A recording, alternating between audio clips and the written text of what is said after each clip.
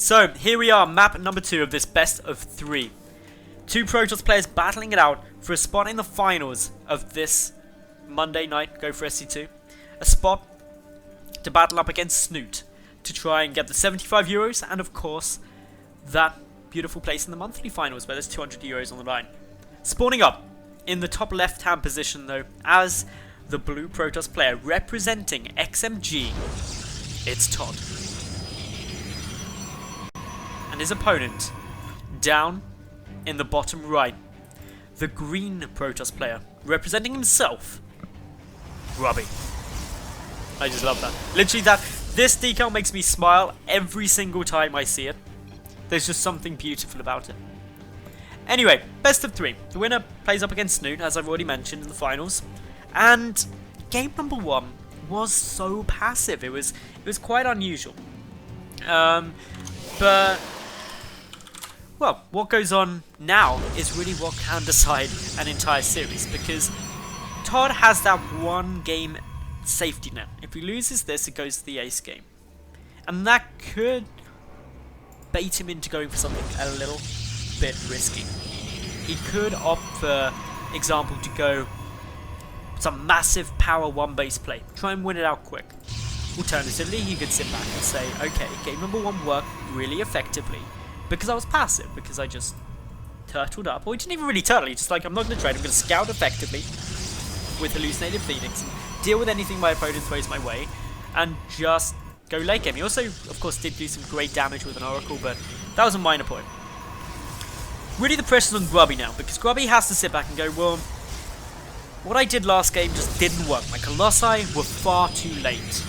He was gearing everything up for nice little timing, or at least it appeared to be going for a nice little timing, but ToD just thwarted him at every opportunity.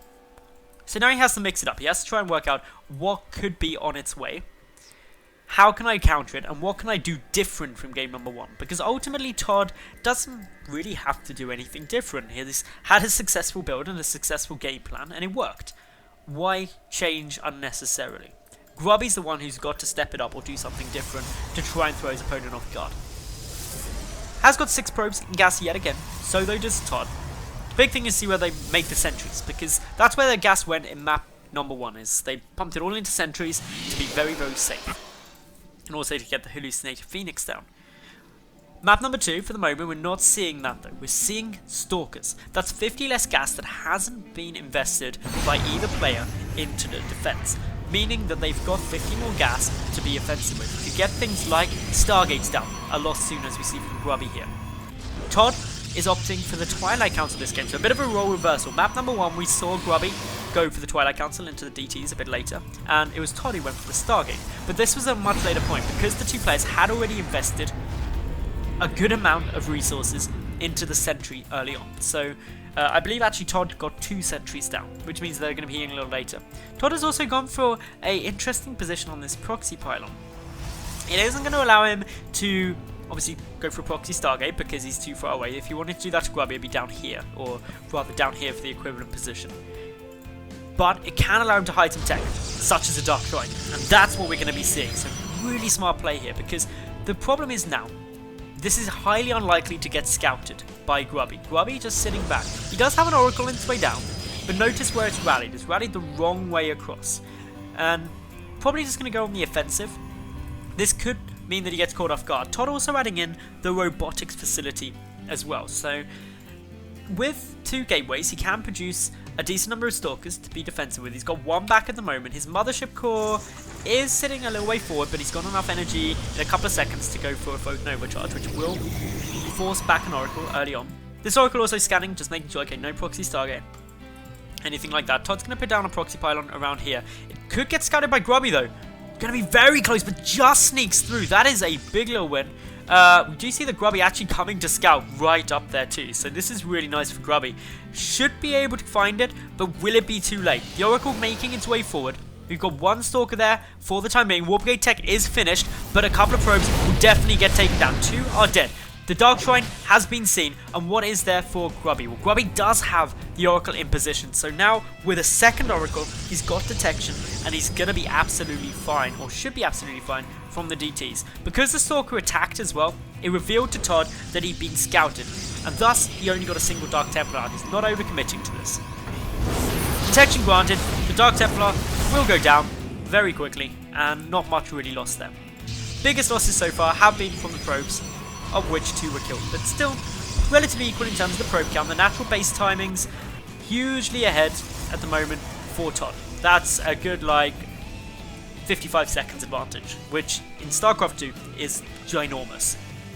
War Prism also coming down. This is quite cool. This is going to allow for some Dark Templar drops, and one trouble that using Oracles as a defensive or as a detection option is that they have an ability that grants them detection. It lasts a minute, not too long. And that's why Grubby is going to be required to get out an Observer, because he needs some long-term solutions to his detection issues to prevent Dark Templar from ruining his day. This one Oracle has made a good little scout of the natural base. Going to be trying to harass a little bit more. We see additional gateways have been added in. The War Prism could get spotted. That'd be a big little spot. Lovely use of Revelation.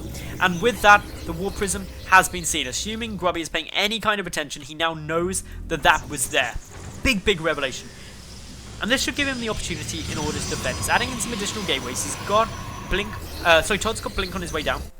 Grubby, though, hasn't got too many Stalkers. He's only got 2 at the moment. Needs to be very much aware of this, that it's coming through. The first Observer should be pumped out fairly quickly. There we go. And this is, as I mentioned, absolutely essential in order to deal with this drop play, especially the DT drops. You need that permanent detection. Grubby could still be split a little way, especially if a DT, as we see now, is warped in from the north, while one's dropped into the main, because there's one Observer needing to be in 2 places at once. That's a little bit frustrating. So a few probes will die now. Already quite a few probes actually getting taken out here. This is incredibly frustrating. The main base is taking damage too. And Grubby not multitasking as well as I might have expected. He pulls back to deal with that, but at the natural base, 8 workers killed. Could see a 9th as well if it's targeted well. There we go. Maybe even get a 10th. Not quite. But 9 workers down. That is a big harassment hit, especially when you factor in a couple were killed in the main. 12 workers killed now by ToD. He's sitting up by 4 workers, and is generally going to be very happy about that. Whoops in a couple of Stalkers as well, just to make sure that he keeps this Dark Shrine up and alive, because it's pretty much essential that he keeps it at this stage, so he's got the Arc option later on. But Grubby, in almost an exact mirror of last game, is going to be getting up the Colossi before ToD.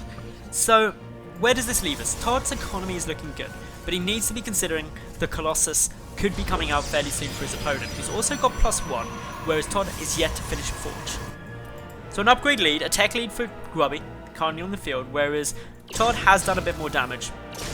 Unfortunately for ToD, he's currently taking a little bit of damage on this War Prism. Oh, actually no, he's not, because it's hallucinated. Currently for ToD though, he knows his War Prism's being scouted. It's a little frustrating, but some Stalker's going to go and save that from its not impending death. But we'll also deny some scouting information. Grubby coming in though with an Oracle, gets a couple of kills, gonna rack up 4 kills nice and fast. The sentries also at a threat. The Oracle will get 1 sentry, may even get the second one too. Definitely worth sacrificing the Oracle there. Bit of a slip up by ToD. That's 200 gas taken down and makes that Oracle more than pay for itself. Otherwise, +1 coming down for ToD, whereas +1 armor is following on from +1 attack that we already see here for Grubby. Grubby with his first Colossus down, second one being chrono boosted through, is looking to be getting into a nice position later game. But as of right now, his economy is slightly up, but ToD's just ground army is looking a little bit scary. Yes, there's the Colossus, but there's only one, and a single Colossus isn't that petrifying, because there's only one of them. Its splash damage isn't substantial, it's quite squishy, it can get focused easily. But if Grubby continues on with this harassment, it's going to be very good. A DT getting warped in, that's not going to help up against an Oracle. A Stalker now following on. Bit of a misstep there by ToD, and this is allowing Grubby to do so much. However, ToD has managed to make it up into the main base of his opponent. A couple of Stalkers going to get taken down here. Nice little blink, but Photon Overcharge should deter any further aggression, at least for 60 seconds. Otherwise, yeah, this is still looking very, very fun for both of these two. And I say fun because neither is in a comfortable spot and neither is in a dire spot. They're both kind of sitting here going, well, I don't want to move out yet. My opponent's keeping a lot of pressure on me. On both sides, that is. And I've got to just be careful because I'm not home free yet. I've got to make sure that I get up a sizable army and I'm actually able to deal with this. My concern for ToD really is though that he's not making any Colossus. He does have his robotics bay down now and is starting production, but he's a long way behind. There's already 3 Colossi out for Grubby. Grubby's also adding in the second robotics facility, so he can get double Colossus production going if needed. And with that, even if he were to lose an engagement, he could resupply quicker than ToD. ToD's Stalker's still just chilling up in the main base of Grubby. They obviously like it around in this corner. There's a nice view. ToD seems aware that they are still in existence. May try and pick away at something if so needed. Most of Grubby's army just sitting here though, having a bit of a good time. Just chilling. Clearly on vacation leave. Grubby also adding in his own Dark Shrine now. May try for a little bit of harassment with it, but more likely just for the Archons. Grubby running around with a lone Zealot. ToD ready with a little Zealot drop of his own. It's going to get, or ToD's at least going to see that pylon is getting attacked, so whoops in a couple of defensive Zealots there. And Grubby moves forward. This is a big move. The Oracle has got another nice little revelation down there. Didn't manage to get too many more workers, sitting at 12 kills each. So this is a very balanced position. The Stalkers are now going to go in as Grubby has moved out. This is going to allow him to get a couple of kills, backs away, kills a Zealot or 2. But the Stalkers for ToD are vulnerable to getting caught out of position. They need to be very cautious with where they go. Backing away now as the Colossi try to intercept them. The Colossi, though, are quite forward, and ToD, with a massive misclick, just walks straight into those Colossi, loses a big chunk of them, and now is sitting at nearly double the resources lost of his opponent. That is fairly huge, and gives Grubby only a 2 army supply advantage, but that's still an army supply advantage. Their overall supplies are pretty much level pegging. However, this Oracle is racking up more and more kills. Should finally die now, but 10 kills on that is going to be very, very good times squared, and leaves Grubby sitting up by a fair chunk of workers, 51 to 46 of ToD. ToD's still looking to try and get some damage done, has a single Dark Templar poking and prodding around, sees there's no third base. Both players still on 2 bases at the 17-minute mark. Their main's getting exceptionally low, especially Grubby's, because he didn't lose so many workers. But Grubby looking to apply the pay. Somewhat all in here, because he doesn't have a third base and his main's nearly mined out. But the integral part is that he does still have double the Colossi of his opponent. And I cannot overstress how important that is. He's also got an upgrade lead, a 2-1 up against 1-0. And now ToD is going to try and push him back. Photon Overcharge is helping, but just look at the damage output of those Colossi. They're able to shred through pretty much anything in their path. And the concern for ToD is just trying to engage head-on. If he loses that Nexus, it's probably game right there, so he's got to do something. But he's got to make such a good trade. The Stalkers just 2-shotted by this many Colossi. 6 Colossi up against 3. Such an advantage for Grubby, who's now sitting up by about 30 army supply there over ToD. Manages to snipe off one of those Colossi. That is a big win. The Nexus is going to fall, and suddenly ToD's economy is in tatters. The Colossi going to be going down, and ToD's pulling probes to try and fight this. It's not going to work, unfortunately, though. He's just lost too much. He's too far behind in the army supply. And while the microing back is necessary, Grubby, of course, will level out this series to make it 1-1.